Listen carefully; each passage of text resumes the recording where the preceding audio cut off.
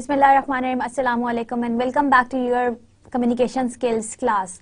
In the previous lecture, we have thoroughly discussed the barriers in communication, how you can actually work on your verbal and non-verbal communication.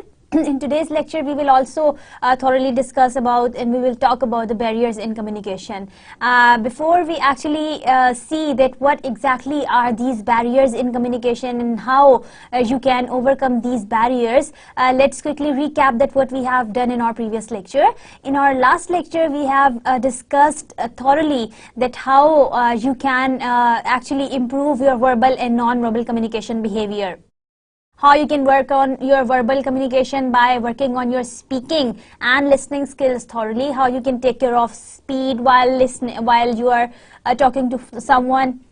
How you can work on your punctuation, how you can work on your pronunciation, how you can work on your expression, how you can work on content, and so on and so forth. We also talked about it, how you can actually polish your non-verbal behavior, how you can improve your hand movements, your facial expressions, your eye contact, your eyebrow movements, your finger movements, your legs, your arms, and everything. So this is what we have discussed in our previous lecture. Today we will thoroughly discuss some of the barriers in communication that you have understood what exactly is verbal and non-verbal communication. In today's lecture, we will thoroughly talk about there are some barriers which are there, some hindrances which are there once you talk about the verbal and non-verbal communication. So to begin with, let's first of all see the components of communication. Now that we have discussed verbal communication and non-verbal communication, that is verbal messages and non-verbal messages. Now let's first of all again see the definitions of two of them. Verbal messages or verbal communication are the words that we used for communicating. Verbal messages are basically can be spoken or they can be written. So let's write them down here for your understanding that how this verbal category is different from your non-verbal category. Now, paraverbal messages is not something spoken or written, but it has something to do with how you speak things and how you say things. So this how becomes more important when we say the words and when we try to say the things. Then you have third category, that is non-verbal messages. That is your body language. That can be either your hand movements, your facial expressions, your gestures, your physical postures, and so on and so forth. So that was they were the three categories of the components of communication. So if you are being asked to define the components of communication, you should know that you are supposed to explain the three components, that is verbal messages, non-verbal messages, and paraverbal messages, which are there in every kind of communication that we talk about. Now, first of all, let's discuss the verbal messages, like effective verbal messages. Now, let's try to see that what and how you can make your messages effective. To make your messages effective, the first thing that you are supposed to see is that your messages should be, verbal messages should be brief, concise, and organized.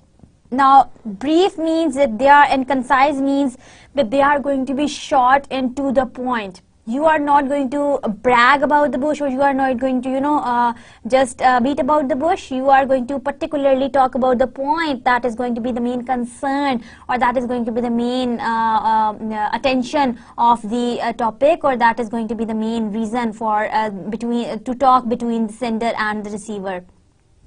So only the message should be thoroughly conveyed. That should be conveyed in brief and concise manner, as well as it should be organized. Now this organization is very important, like the ideas or the things which are supposed to occur first should occur first, and the ideas and things which are supposed to occur second should occur later. So this is very important thing that is supposed to be kept in mind while we talk about the verbal messages to make them effective for your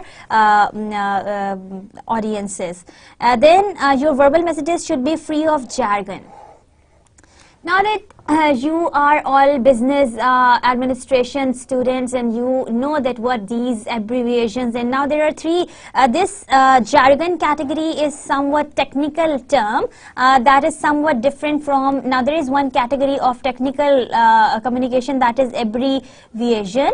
The second category is acronym, and the third category is jargon. Now, first of all, let's try to explain abbreviation. I hope that you are familiar with different kinds of abbreviations, like if I write it Higher Education Commission. Now let's write it down for your convenience so that you can get to know that how do we write these abbreviations. Now I would write all in caps HEC. I would pick up the first letter of each one of them and I would write it as HEC. So this is what you call abbreviation. Like and same goes with you know, all of these other abbreviations that we use every day, like computer sciences. We use the abbreviation for it as CS, assistant professor. We use abbreviation as AP. There are other abbreviations like names of the different organizations, different universities, like ComSat's Institute of Information Technology, and we use the abbreviation CIIT. There is another university with the name NAST, National University of Science and Technology. We call it NAST. There is another university with the name NAML. We call it, the name is National University of Modern Languages, and the abbreviation that we use for it is NAML. So there are so many other abbreviations that are being used for the different names of different places and different categories. So once you pick up the but do you see the common thing between them is that all of them, the abbreviations are being written either in parentheses, and they are written with caps on, like they are written in the capitalized form, and the alphabets, they are enlarged or they are capitalized. Now coming to the next category, that is acronym. Now you must have read about different kinds of words, like there is one very familiar word with the name news. Now we listen to this word every day. I'm watching the news channel, or I'm listening to the news. Now this news is basically derived from north, east, west and south. That has become a word. So this is how it has become, or it has been established as a word, but it carries an underneath meaning, or it's an elaboration of something else. Another example for it is modem. The word that you use for, you know, connecting your computer with your telephone, that is modem. Modulation and demodulation. Now occasionally we say modem connect to our web, please check it out if the modem is connected or not. So modulation and demodulation has something to do with your that has itself become a word, but it stands for something. So those categories which actually has been standing for something, or on their core or on their root they stand for something, but they have been developed or they have been derived as something else, are known as acronyms. Third category is known as jargon. Now these jargons are somewhat different from abbreviations and acronyms. Like for example, now jargon is something that is understandable within the group of people, or only the group of people can understand these jargons. Like for example, only the young community or only the youngsters would understand what this LMAO would be, or what this LOL would be. If your father sends you a text message, that a funny text message, and to reply back to him with LOL, and your father won't understand what you are talking about, what is this, or what does this LOL stands for. So you would have to explain it to him that it stands for so and so stuff, or laughs out louder. So this very term is only familiar, or is only very popular in the young community. However, the older community, like the older generation, they are not very familiar with these kind of terms. So those terms which are only familiar with the group, within the group of people, is known as a jargon. Now these kind of jargons, acronyms and abbreviations should be thoroughly avoided once you are actually conveying your message verbally. So this is one very good message, that how you can actually make your conversations free of jargons, free of acronyms, free and abbreviations, and make your conversations, verbal communication effective, verbal messages effective for your audiences. The third thing that you are supposed to keep in mind is creating resistance. Avoid those words which create resistance for the listeners. So you are going to not use those words which are creating or which create some kind of resistance for the listeners or for your audiences. Now these words can be those kind of words which are like very hi-fi or very that kind of a vocabulary that is not understandable by the group of people or by the normal or mediocre class or not that choice of words which are annoying sometimes or which are creating resistance for your listener. So you can make your verbal messages effective by making them brief, concise and organized, by making them free of jargons, and by not creating resistance in your listener. Now moving on to the next category. That is, there are some categories in the non-verbal messages. Now there are three pictures as you can very well see on the slide. The first one is happy, the second one is kind of sad, and the third one is very angry. Now these are all your facial expressions. Now it has something to do with your face expressions and your facial look. Now there are no hands and there are no legs involved, or there is no posture involved in your facial expressions. Now face can give you these expression, like face can be enthusiastic. If you have heard of something really that's like your teacher tells you that you are going to have your sports week by the end of this month, so your face would lit up with enthusiasm, and you would you would be looking forward to that very week. Or if your brother or sister is getting married and you have that very thing coming up, so you are very enthusiastic about participating in your brothers and sisters' wedding. Your face can also lit up with energy. Alright, some students are there who wants to listen that their teacher is not coming today. They are really very energetic. Even though 5 minutes back they had been saying that I'm not feeling well. With enthusiasm and with energy, they would stand up and they would walk out. Now this enthusiasm and this energy is being revealed through the facial expressions. Whatever is being coming on your face. Your teacher says you scored highest in the class and you say really, and your face would automatically reveal your excitement, your enthusiasm and your energy. Your face also shows and lit up with approval. As you say, Mom, I want to go and enjoy with my friends tomorrow. They are going for a hangout, or maybe they are going for a trip. My class is going for a trip to Murray. I want to join them. And your mom says, okay, you can go, and you are so enthusiastic and your face lights up with approval. Expresses confusion or boredom. Sometimes if you are confused and if you are very tired, your face would automatically reveal your that very situation also. It sometimes frowns with displeasure. If you are being displeased by something, you were expecting something but it happened entirely different. So you can, or your face can frown with displeasure, and your eyes would reflect that. Eyes telegraphing joy. Sometimes your eyes on your face are really very important. Now if you are sad, your eyes would reveal that. If you are happy, your eyes would automatically telegraph joy for the next person. Sometimes your face, it tells sadness the way it is telling, sometimes anger the way it is telling, and sometimes confusion, like you are confused towards something, so you keep on rubbing your cheek, sometimes your ear, sometimes you keep on rubbing your eye and all that stuff. Moving on to the next category of nonverbal communication. So far we had been talking about the facial expressions. Now we will talk about the postures and gestures. Now the way you are standing, now your postures and your gestures has something to do with your hand movements and your legs. Now the way you stand, like this person is standing with closed arms and closed legs.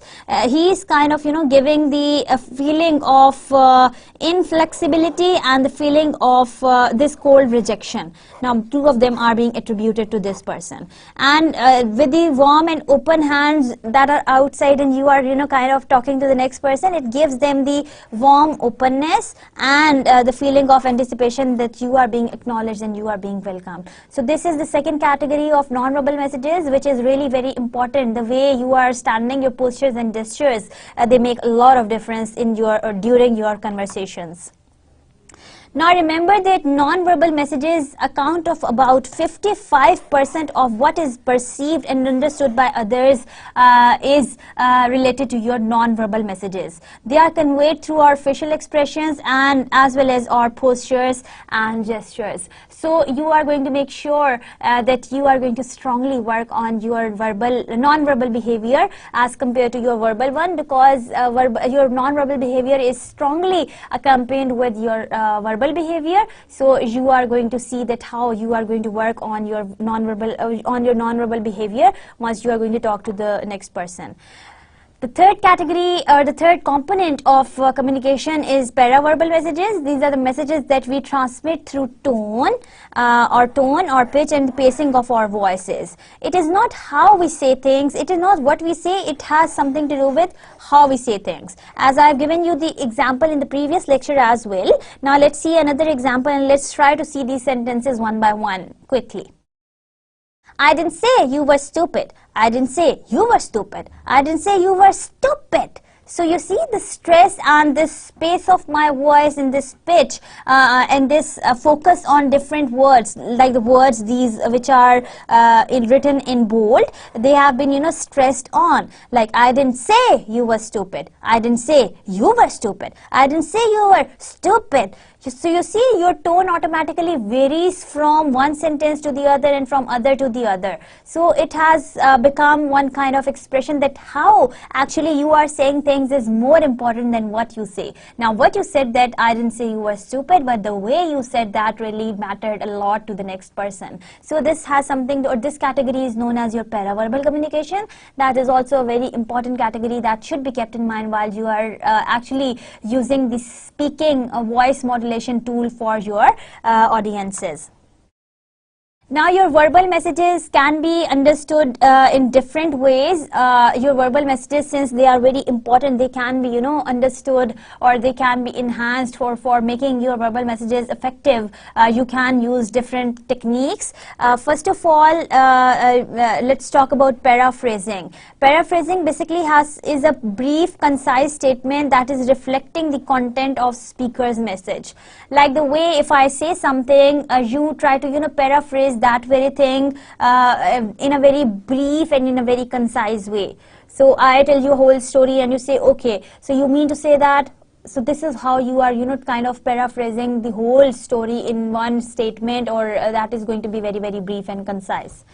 The second thing is reflecting your feelings. That's a statement in a way that conveys understanding of the feeling that the listener has heard.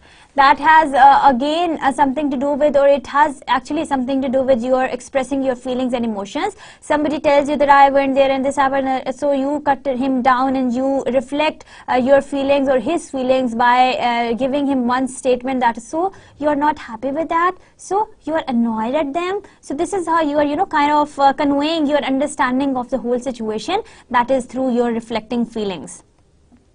The third thing that you can take care of or you can use while improving your verbal messages is summarizing. Now, summarizing a statement of the main ideas and feelings to show your understanding. So, you tell them the moral of the story, you tell them the intent, that is what exactly they had been trying to say, or that has something to do with revealing the intention of the next person. Sometimes you question the next person, asking open questions to gain information, encourage the speaker to tell her story and gain clarifications. You keep on asking, "Phir kya hua?" So what happened then? And so on and so forth. So this is how you are, through your inquiries, through your questioning, you are actually, boosting up the next person to tell you the whole story or to finish his or her talk. So these are the four things that we have discussed, which are basically used in verbal messages that can help you improve or make your verbal communication effective and stronger. Now moving on to the barriers of communication. Now there are, we will see first of all that what exactly is a barrier. That can be, or a barrier has got a lot of synonyms in the dictionary that I have found out for you. So you can see them here. A barrier can be a hindrance, can be defined as a stoppage, it can be hamperness, or it can be defined as a cordon, obstacle, hurdle, or a blockage. So you have seen a lot of these synonyms for the word barriers.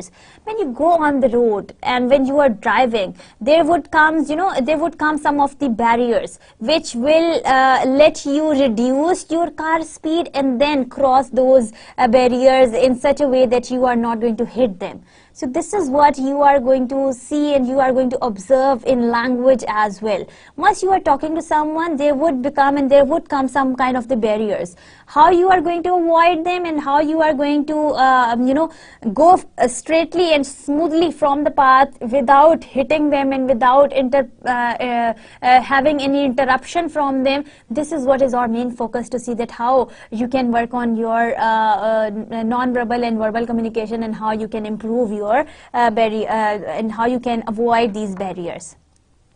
So how will you define a communication barrier? As I have already explained it to you, this is your sender and this is your receiver. These two people, they are talking, and there you would see a wall between two of them. This wall is what we call a barrier, and in language we call a barrier we define a communication barrier as something that message is being misinterpreted. So once your message is being misinterpreted by the receiver, it means that there was a barrier between the sender and the receiver. So if the message being sent by the sender was not interpreted correctly by the receiver, it means that there must be any barrier between two of them. Now what are these barriers? Let's see them and let's try to explain them one by one. There are language barriers in communication. There are physiological barriers in communication that has something to do with the physical environment and physical state of yours. There can be some psychological barriers that has something to do with your mind. There can be some cultural barriers. Now people coming from different cultures can come across different kind of barriers. There are some bypassed instructions and there are some abstractions. Both of them, they fall under the heading of language barriers. So this is what is our focus of today's lecture, is to find out these barriers and to find out solutions that how you can avoid them.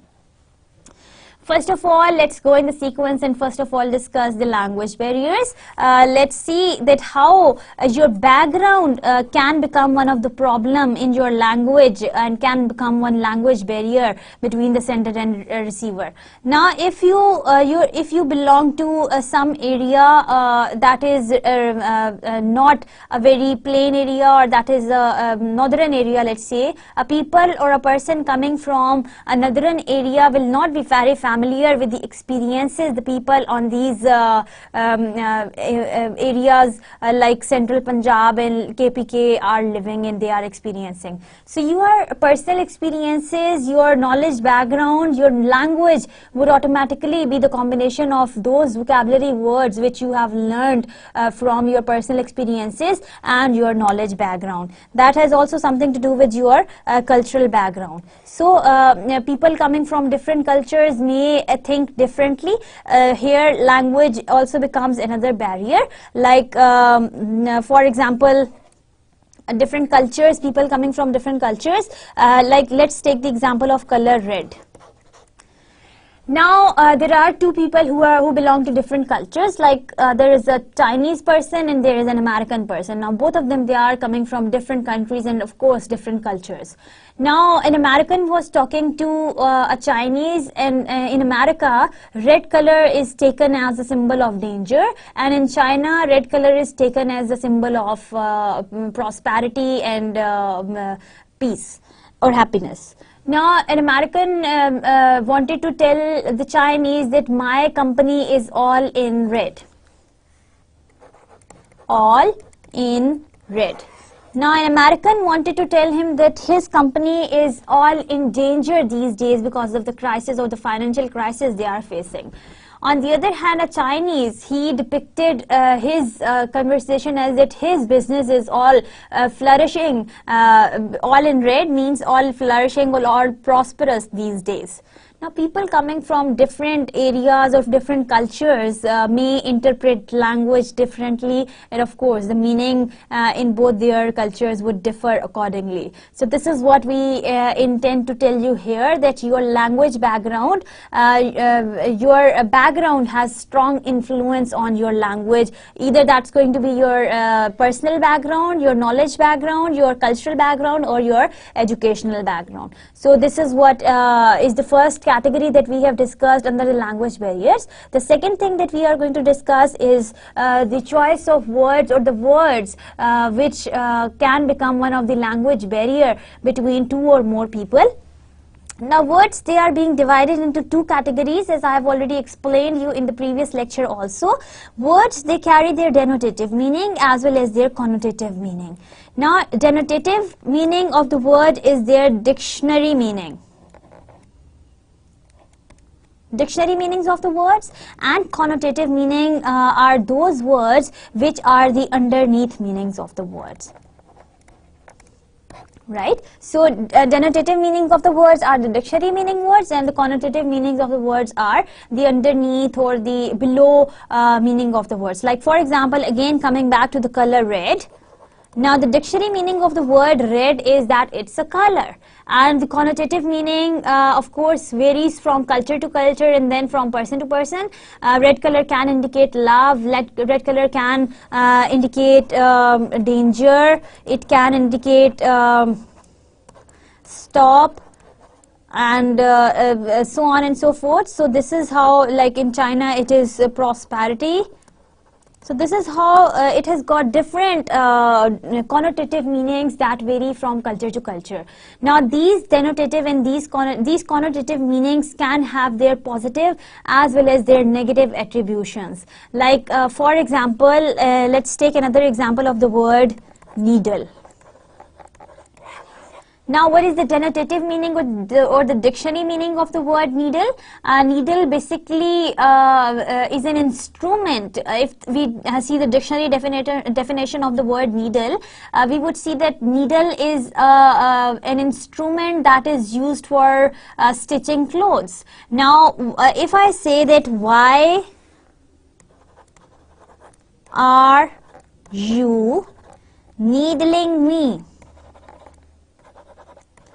In other words, it means that why are you irritating me, or why are you pinching me? So, the connotative meaning of the word needle would automatically differ and would automatically change, and it is conveying you the negative thought or the negative counterpart. So, one word can give you a lot of meanings, like love for color red is a very positive connotation, danger is negative, stop is negative, prosperity is again positive, and so on and so forth. So, different words being connotatively seen by or observed by different people would provide you the different meanings. So, if people, they are looking at the word meanings, the connotative meanings of the words differently, who are coming from the different situations, they would automatically see and observe words differently, and that can also become one language barrier between two people. As I said, that a Chinese person thought of an American person that his business is all flourishing these days. So, this is how words can create one barrier in communication. The third category that we are going to discuss under language barriers is bypassed instructions. Now, these bypassed instructions can be or can happen through the use of jargons. Like I explained to you earlier, that the words which are familiar, which are understandable within the group of people can create problems for the next person. There are some obsolete words, there are some slangs and some misleading terminologies that can happen to be, or that can be the reason of, or that can become one bypassed instruction for the next person. Now, let's discuss the two examples that I have written one by one. Like, for first of all, burn the paper. Now there was an office in where a secretary, girl secretary, was hired by the boss, and the boss was really very happy with the performance of that girl. Now one day the boss was sitting, and he said, and he called in her secretary, the secretary, and said that come here. She came, and he said that this is really very important paper. You must go and burn it. Now the secretary, she was really shocked that if this is a very important paper, then why should she burn it? Anyways, she went out, she looked for the matchstick, she went into the kitchen of the office, and she burned the paper, and she came back and sat on her seat. Now the boss, he called her in again after some time, and he said that, did you burn the paper? She said, yes, yes sir, I have burned that. He said, where is the copy? She said, sir, I have burned that in the kitchen. How to get the copy of that now? He said, oh my God, you have burned the paper? She said, yes sir, you have instructed me so. He said, I meant that you were supposed to get the copy of the paper, and you have burned that. You are fired. So, whose mistake was that? Boss's mistake or the girl's mistake? Yes, that was the mistake of the boss, because he has used such kind of the misleading terminology and the bypassed instruction that has made, or that has costed the job of that very girl. The second example that we are going to see is the get rid of the plant. Now there was a factory where there were some pots of the plants, the new breed of the plants which were contained in the factory, and there was one specific room that was assigned for those 10 plants which were, recently imported from abroad. Now the manager of the company, he was called in to visit those plants and have a look at those plants. He came in and he was looking at each one of them one by one, and he started looking from plant number 1, then plant number 2, and he saw all the plants. He came back to plant number 2 and he said, I think you should get rid of plant number 2. Now the labor, he of course had to listen to the that very manager. He when the manager left, he replaced the plant number 2 with the new one, and threw that plant away out of that factory. The manager, he again visited the factory, and he said, where is plant number 2? He said that, yes, sir, I have replaced that plant with the new one because you told me to do so, to get rid of the plant.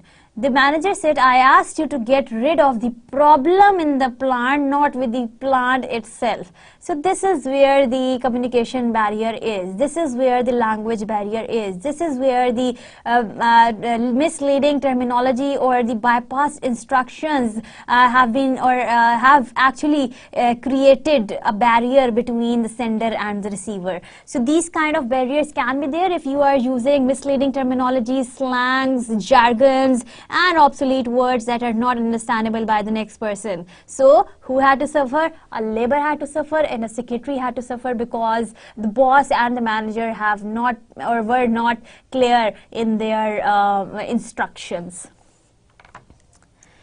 Now the last category of the language barriers is abstracting. Abstracting basically has something to do with focusing on few things and omitting others. Like for example, if you can see abstracting is something making the small summary of something. Now this summary can convey us the positive connotation as well as the negative connotation.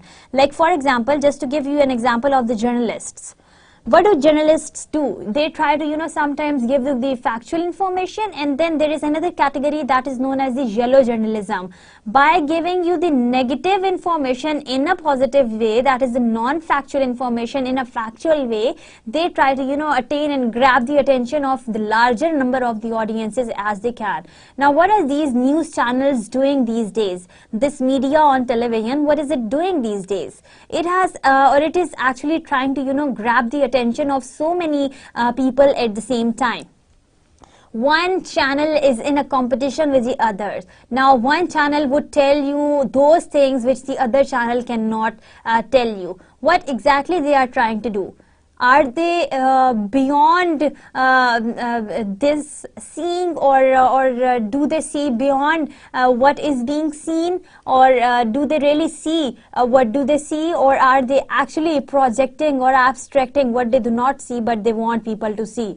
So this is what you call yellow journalism, that portraying or grabbing those things which actually can create the interest of the audiences. They can grab, like for example, you would have seen these news on the news channels, like there is a blast, 20 people died, 30 died, 40 died. So by increasing the number of their these people who have unfortunately have been the target to that killing, they actually produce this concept of yellow journalism.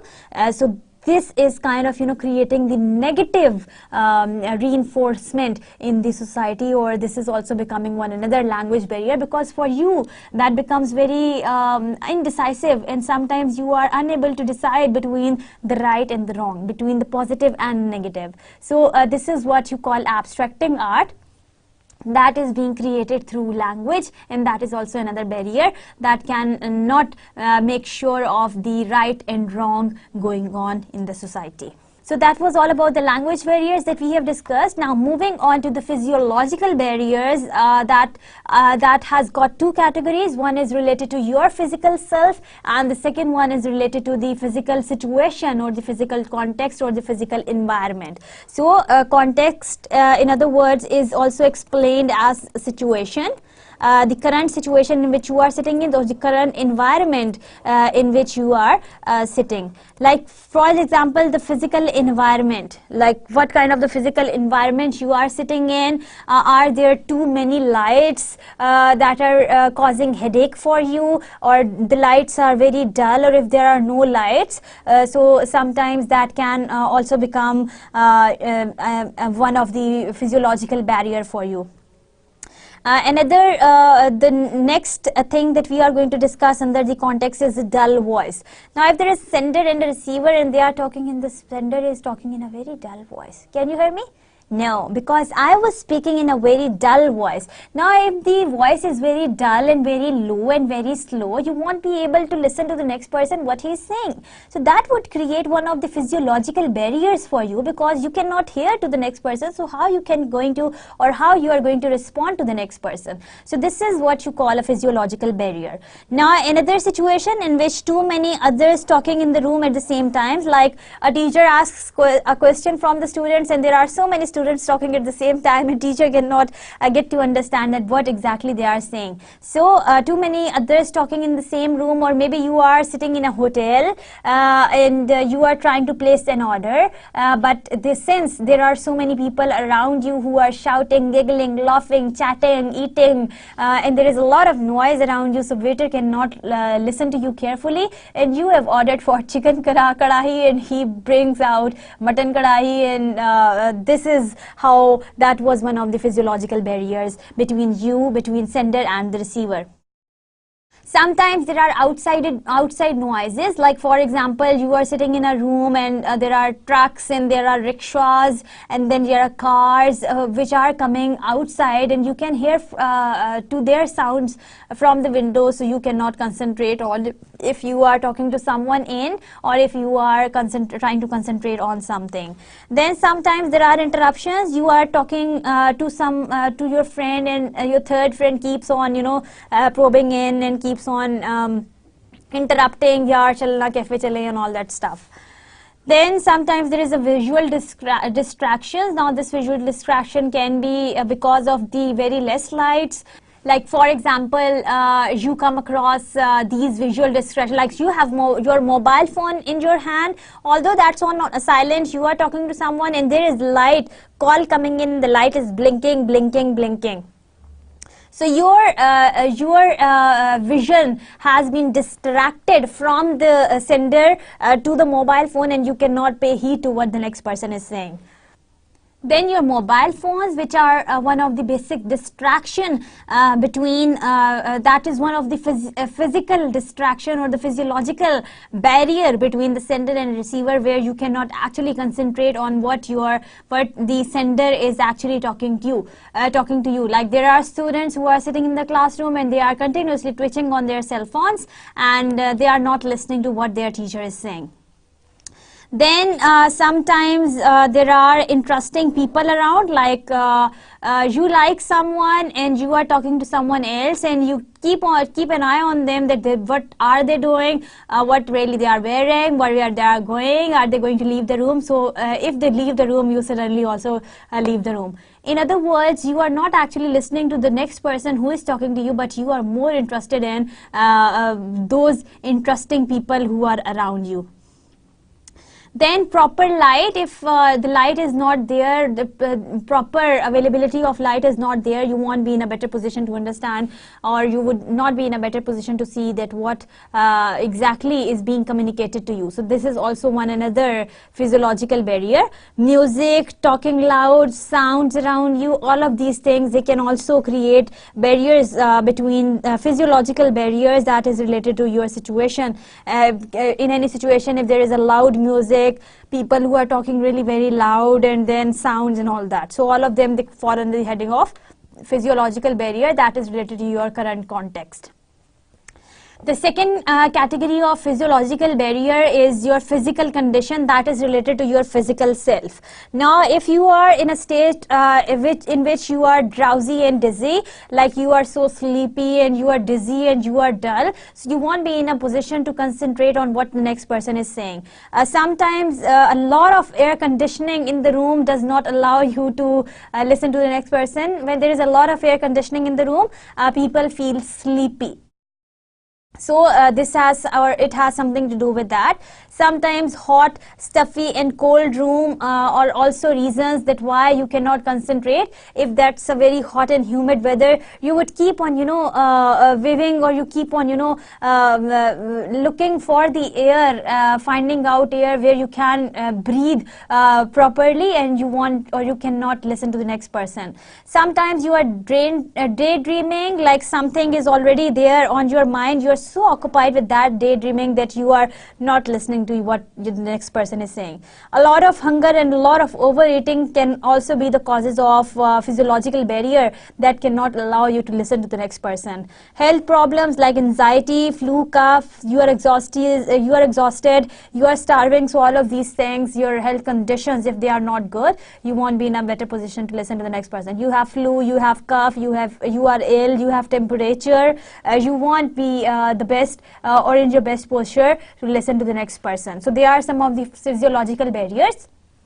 So far we have discussed the language barriers and physiological barriers. Now let's move on to the psychological barriers that has something to do with your mind. That is all the mind exercise. Now how this psychology of ours can happen to, or can be one reason of the barrier between the sender and the receiver. Now our mind functions like your social status. Now your psychology tells you that your society is divided into three categories: elite class, middle class and lower class. Now a person coming from the lower class would not be comfortable talking to the person coming from the elite class, and elite class would not like talking to the person coming from the lower class. So this is what has become your psychology. This is what has become your psychological barrier, that you don't even either you don't talk to them, or if you don't talk to them, you talk to them rudely. Like for example, you would have seen your maids coming to your home and working for you. How do you talk to them? You give them orders. Do this for me, do that for me. Have you pressed my clothes? Have you washed my clothes? Have you washed the pots? Have you cleaned the house? You talk to them in this way. However, they keep on, being very submissive. They say, okay, I'm going to do that and stuff like that. So this is one barrier between, this is one or set psychology of our society, that how our mind functions, and this has become one barrier. We never bother to ask our maid that how are you doing today, and how is your health, how are your kids. We never do so. So this has become our barrier. We think that they are those selfish people who are always seeking for money, and they would if you are going to be nice with them, तो वो आपके sir पे चढ़ जाएंगे, and they are going to only seek for money, and they are not going to do their work properly. This has become one of the language barriers between us and our this is kind of a dilemma in our society, that why it has happened and why is it happening basically. Then second thing, you think that the next person is less educated, though they are less informed, and this also becomes your barrier, that you don't like talking to them sometimes, you don't like sharing your feelings and thoughts with them, like you feel they are less educated, so they are of no use. So it has also become one of the psychological barrier between you and those people who are less educated. You think that this person is dumb and goof, so why would I ask any suggestion from them? They cannot give me a good suggestion, or they cannot give me a good idea. These people or these girls or these boys, they cannot talk English, so they do not belong to the category that I belong to. So this is how you think. If they cannot talk English, they are not human beings. Oh my God. So what is that? This is another psychological barrier, that you don't like talking to them because they can't talk English. So if they can't talk English, you will not talk to them, and if you will not talk to them, of course there will not be any thoughts and emotions and feelings and information being exchanged between you and them, so there would be a barrier automatically. Then comes your gender. We are done with from being less educated, dumb, goof, can't talk. Now comes gender. Now there are some people who are gender biased, like for example I have seen some men who are not very comfortable talking to men sometimes, or talking to females sometimes. Females are kind of hesitant in talking to males sometimes.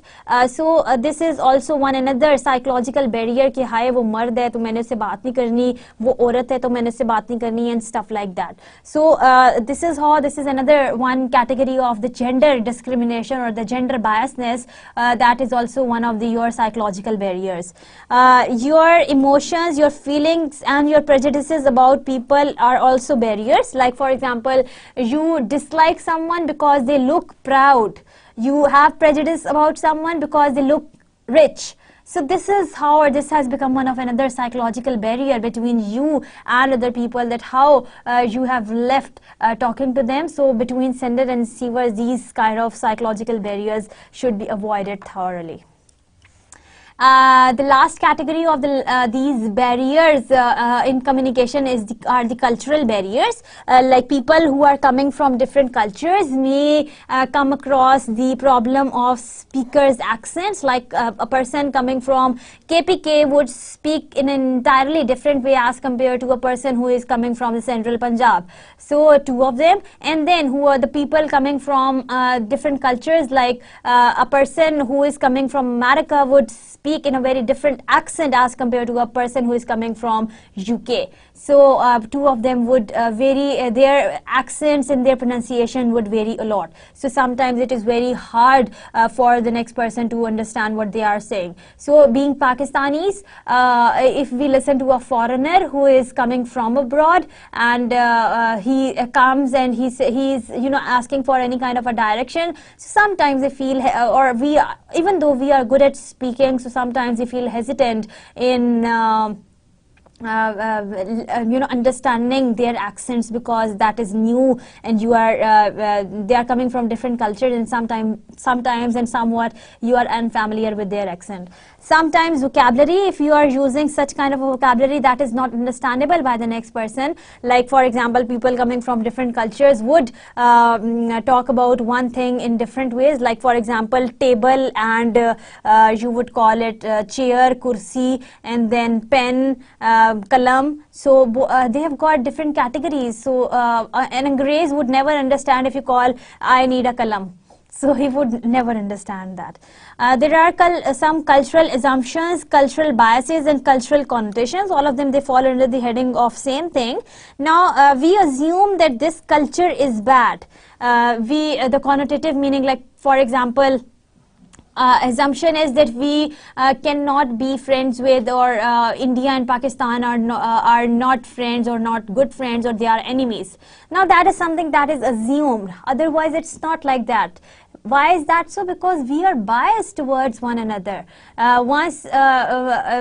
If we are biased and we assume of them something because we don't talk to them. We don't talk over the issues that we have in our society, and we don't try to resolve the issues that we are coming across every day because of this miscommunication, like people coming from outside and conveying Pakistan to India and India to Pakistan. They are kind of miscommunicating thoughts of two countries. So this is what you call a cultural assumption and a cultural bias. Even and unless we are going to sit down and resolve our matters with India, this is only the possible way in which we can reduce this difference and this distance between the two countries.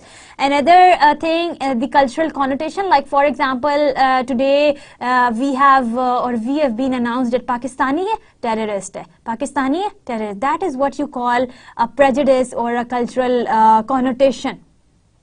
Like the connotative meaning of Pakistan has become a terrorist. We have to reduce that thing, and we have to delete that thing, because this is not creating a very good impression of our country. So this is what you call different cultural barriers and different cultural connotations and different cultures assumptions that ought to be avoided thoroughly, because if we are not going to do it now, this is the time to do it. If we can't do it now, the barrier would keep on increasing, and we would be left with no other option than to regret only. So the best thing to overcome the barrier is to try to talk to each other clearly, without distractions, without fears, so that the next person can listen to you thoroughly. And now that we have discussed and we have talked about the language barriers, the verbal barriers, now let's quickly discuss the non-verbal barriers. Like for example, sometimes you come across flashing and rolling eyes that convey you different kinds of meanings. Sometimes the quick or slow movements can also become one of the barrier between the sender and the receiver. Sometimes your arms crossed and your legs crossed are also another barrier between the sender and receiver. Your gestures made with irritation is another barrier between sender and receiver. Poor personal care, the way you dress up, the way you carry yourself is another non-verbal behavior. Your doodling, once you are making diagrams on the paper while you are thinking something else and you are listening to someone else. Staring at people or avoiding eye contact, like you keep staring on them and they automatically can get confused, and avoiding eye contact is another non-verbal barrier. Excessive twitching with materials like your mobile phones and all that, so all of them are barriers. And I would ask you that how you are going to work on improving your non-verbal barriers. Now let's quickly, as we are done with non-verbal and verbal barriers of communication, let's quickly try to see the similarities and differences between verbal and non-verbal communication. Verbal communication, sending and receiving messages by using words, sounds, speaking and language, and non-verbal communication is sending and receiving of messages in a variety of ways without the use of verbal codes and words. Now what is common in there is that sending and receiving of messages by using words, sounds, speaking and language. So what is common in there? Sending and receiving of messages, sending and receiving of messages. Now you are conveying your messages through words, through sounds, through speaking and through language while you talk about the verbal communication. And when you talk about the non-verbal communication, you are sending and receiving messages in a variety of ways without the use of verbal codes. So you don't have your words, you don't have your sounds, you don't have your speaking, and you don't have your language once you talk about the non-verbal communication. And when you talk about the verbal communication, you have words, sound, speaking and language. So these verbal codes and these verbal words are not there in non-verbal communication. However,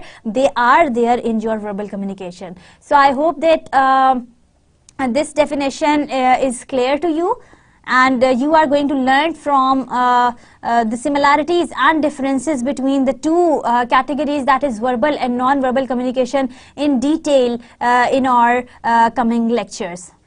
So today we have thoroughly discussed about the verbal communication and non-verbal communication in detail. We discussed the different components of communication. The first one is verbal communication, that has something to do with speaking with words or conveying your ideas with words through language. The second category is non-verbal communication. Like I have shown you the clear definitions of two of them. Both of them are similar to each other, or both of them they are similar to one another once you talk about sending and receiving of messages, because both of them they involve the channel, and that channel has to has that sender and that message and that receiver conveying his feedback. Sender encoding the message, sending through a proper channel to the receiver decoding the message, providing feedback through a proper channel. So this is your cycle of communication, like sending and receiving of the messages, that is common and that is in there between the verbal communication as well as the non-verbal communication. However, there is one third category of communication, that is paraverbal communication, that we have discussed in today's lecture in detail, and we have thoroughly discussed that how this paraverbal communication has got its strength by in which we see that how you say things is more important than what you say. So verbal communication and non-verbal communication, along with these two categories, paraverbal communication is also another category that is very important when you talk about different kinds of communication in our language. Today we discussed a lot of barriers in communication, a lot of hurdles and a lot of stoppages and a lot of obstacles in communication that can cause our message do not go completely to the next person, and sometimes you are unable to communicate to the next person properly and thoroughly and completely. So we discussed the language barriers, we discussed the psychological barriers, we discussed the physiological barriers, and we also discussed the cultural barriers. Under the language barrier, we discussed that how your background can create one language barrier for different people coming from different backgrounds. Either that's going to be their knowledge background, their experience background, or their educational background. We also discussed that how words, the connotative meanings and the denotative meanings of the words can create one barrier between the sender and receiver, how this connotative or the connotations of the meanings, the connotative meanings of the words can create problems or can create barriers between the senders and the receiver. We also discussed thoroughly that how abstracting of different things can create barriers. We also discussed that how bypassed instructions or misleading terminologies can create the language barriers for your receiver. In the second category, we discussed the physiological barriers, that the first category has something to do with the physical environment, and the second category has something to do with your physical condition. The third thing that we have discussed is psychology, your psychological barrier, that has something to do with your mind and your psychology. The fourth thing that has something to do with the cultural barrier, people coming from different cultures and people coming from different backgrounds. We have somewhat tried to explain that how do you define verbal and non-verbal communication. In the next class, we will thoroughly discuss the models of communication, along with discussing the similarities and differences between the verbal communication and non-verbal communication. I hope that you have enjoyed today's lecture. I hope that you have learned that how you can work on your what barriers are there that we come across every day, but we have never thought of them. Today, once you are going to end up with this lecture, listening to what I had been telling you, you are going to start observing around you that how people around you are talking to you sometimes, but you are not listening to them. Why you are not listening to them, or why not you cannot listen to them, is going to be your homework and your task to do. That you are going to define that what barrier is there that do not let you listen to those people carefully. So with that, I wish you a very good luck for using verbal and non-verbal communication in your practical life. Relate all the discussion that we'd had today with the practical life, so that you are going to enjoy it more and learn it more. Take very good care of yourself. I'll see you in the next class. Till then, Allah Hafiz.